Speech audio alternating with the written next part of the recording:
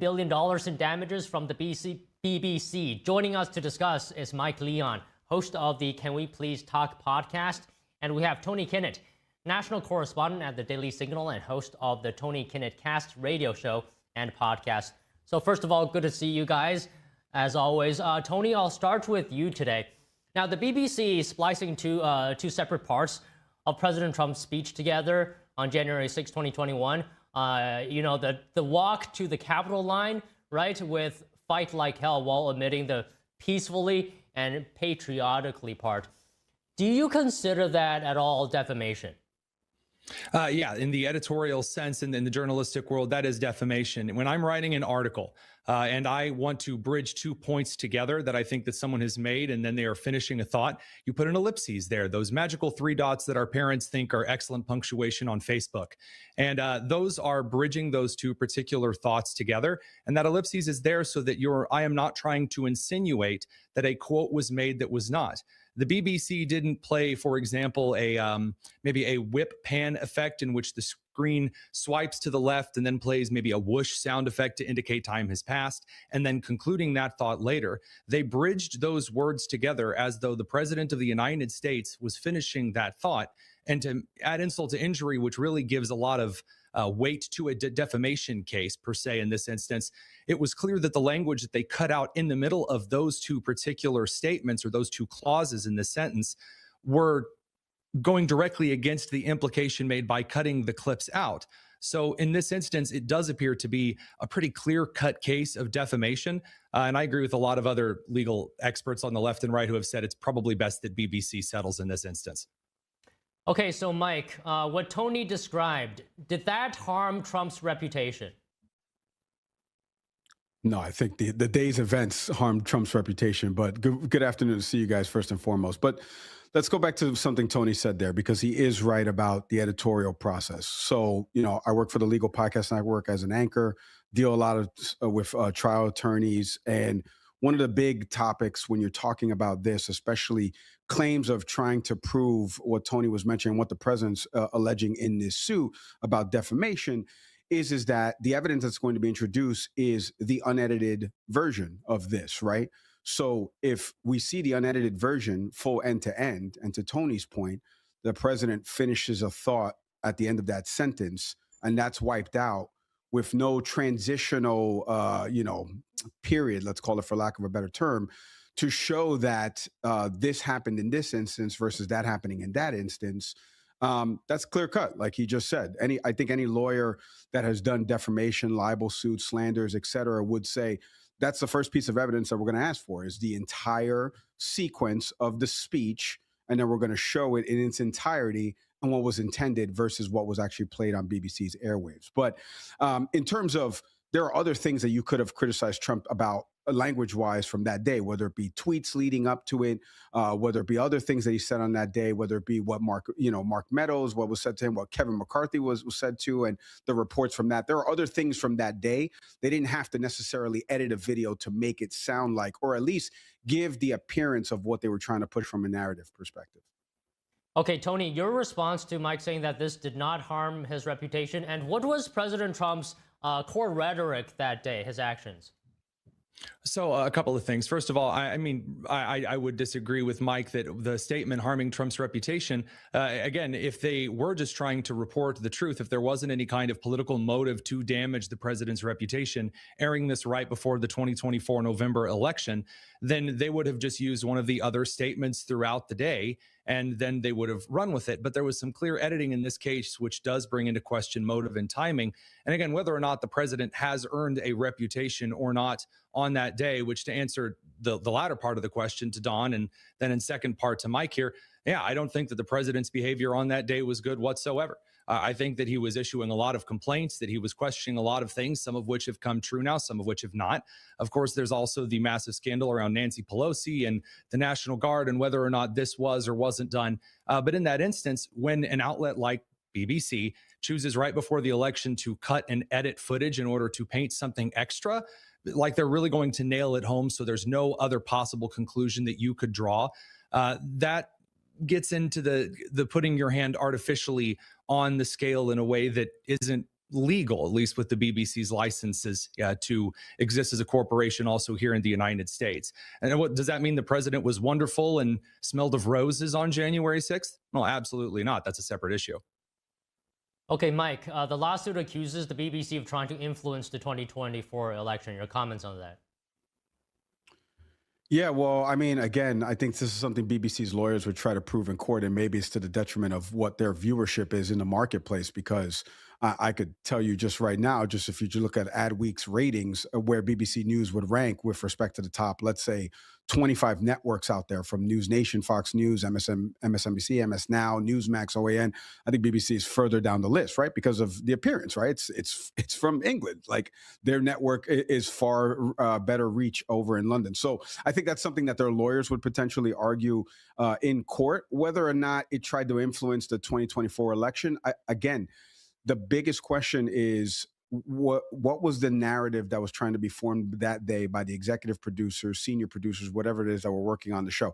I got to be honest, I don't know much about the suit other than the astronomical figure and what the president is alleging and what Tony said about the splicing of the video. Just from hearing those three things, I mean, it sounds to me like this is a clear-cut case where BBC's lawyers would want to settle, to Tony's point, because, again, if he said X, Y, Z, and to what Tony said about punctuation, the ellipses, if there was nothing there or any type of white flash or anything like that to signify that this was a later portion of the speech, then they are dead to rights in essence, at least from the television term. Could a lawyer maybe spin that in a different way? Maybe. I don't know what crafty legal argument would be made. But from an editor's standpoint, from a producer standpoint, as somebody who's been at those networks, we would be dead to rights, because we know that we tried to form this to shape a narrative. So maybe there is something under all of it that it's better for them to settle, because they know that the long form video, the unedited version of this video, will show that they had crafted a narrative that was trying to harm the president. But that's for, obviously the courts to decide. Okay, Tony, what are your comments? I'm curious. The BBC says the documentary wasn't broadcast in the U.S. So is it influencing the 2024 U.S. presidential election? Yeah, great question. And I think this also goes, I can answer also Mike's question as to their viewership and their reach. BBC has a reputation of being a decent third-party source. If I'm going to compile resources for a show, then I might also, in addition to right-wing and left-wing sources, some might pull in a BBC or other outside sources, which are considered to be more sterile in their coverage of certain issues. And so the BBC's documentary, which they're claiming wasn't aired in the United States, it was posted online. It was posted to their social media, which do, in fact, air in U.S. markets. It's a very interesting question of jurisdiction.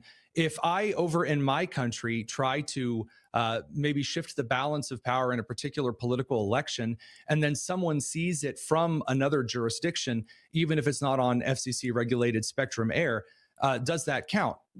That's a great question, but notice I don't think the BBC is being charged with election interference in this particular lawsuit, or that being implicated. It's about defamation of character. And again, that's once you go back to, well, why was the clip cut? And really the harshest nail in the coffin here is that the clips being played side by side are so short on social media that you can witness it firsthand. And that's going to make this defamation suit far worse. Do I think they were trying to interfere? Yeah, we have some internal conversations and emails from BBC which allege so. But I think that more so was the trying to paint those United States people in their elections and electing a rogue like Donald Trump terrible. I think that's probably more likely. Okay, so Mike, if you agree with Tony's point that this is perhaps journalistic malpractice, and the president bringing this lawsuit, do you consider that as holding the BBC accountable? Yeah, well, I mean, he's suing everybody. We've talked about this with the New York Times thing when we had that piece a few months ago. So he's within his right to sue whatever outlets. I mean, again, each is a case-by-case determination, right? Again, I was just talking to a lawyer literally 20 minutes ago that said something similar to me about case-by-case basis. If you look at the ABC News, right, that was something that George Stephanopoulos said on air that was not actually proven in the court case in the civil documents, right? Which is why it's important to kind of regurgitate what actually is word for word, which is why you have editors and why you have producers, whether it be segment producers, associate producers. It's got to go through a fine-tooth comb so you don't end up in litigation like this, right? Or being sued by the President of the United States. So, when you look at it like that, each one has its own case, right, and trajectory. So the New York Times one, again, same thing, a little bit different there. The BBC one, is it holding them accountable? I mean, I think he's trying to hold all media accountable, but I would give the side eye on where we differ on the accountability part of this. And again, to Tony's point, I think the better question is, and I don't know if it'll be talked about in the trial, is that BBC didn't air. I didn't know that fact, Don, that you said, that they didn't air it here domestically, but it does air on social media, which obviously social media is not geo-gated. So that means I could watch it on the social media platforms if I do live in the U.S. So did that technically cause him harm because people in the U.S. consumed it, even though it wasn't available online? I don't know. That's all for the courts to decide. We'll see what the crafty legal arguments is. But I do know this. I know that Donald Trump is the 47th president of the United States. And he wants to sue a lot of media outlets. And he'd already done that in his first 9 months or 10 months back since being back in office. All right. So, Tony, let me ask you this. The lawsuit says the network has made no showing of meaningful institutional changes to prevent future journalistic abuses. Any thoughts on whether this $10 billion suit will have an overall impact on deterring journalistic abuses against presidents? Well, I mean, considering the net income of the BBC, I agree with one common analysis over with a CNN panel that would likely bankrupt the network. There's no way that the BBC could actually fundamentally afford to pay those damages, which I doubt they would be. I do expect a settlement. But if they were expected to pay those, I think they might actually have to close their corporate status in the United States. I doubt that that actually gets metered out all the way back home to the UK. I think that a broader question here is the BBC actually going to change anything here? And the answer is I don't necessarily believe that they will. And this goes back to the accountability question to Mike. I don't actually see Trump as trying to keep anyone accountable here. I think Trump is mad. I think he watched his people. Some of them made legal mistakes. Some of them didn't. And he's acting accordingly, as many do in this day and age where it's easier to file a lawsuit as to anything else. I think that sometimes we try to, do a little too deep on the analysis of why he's doing something.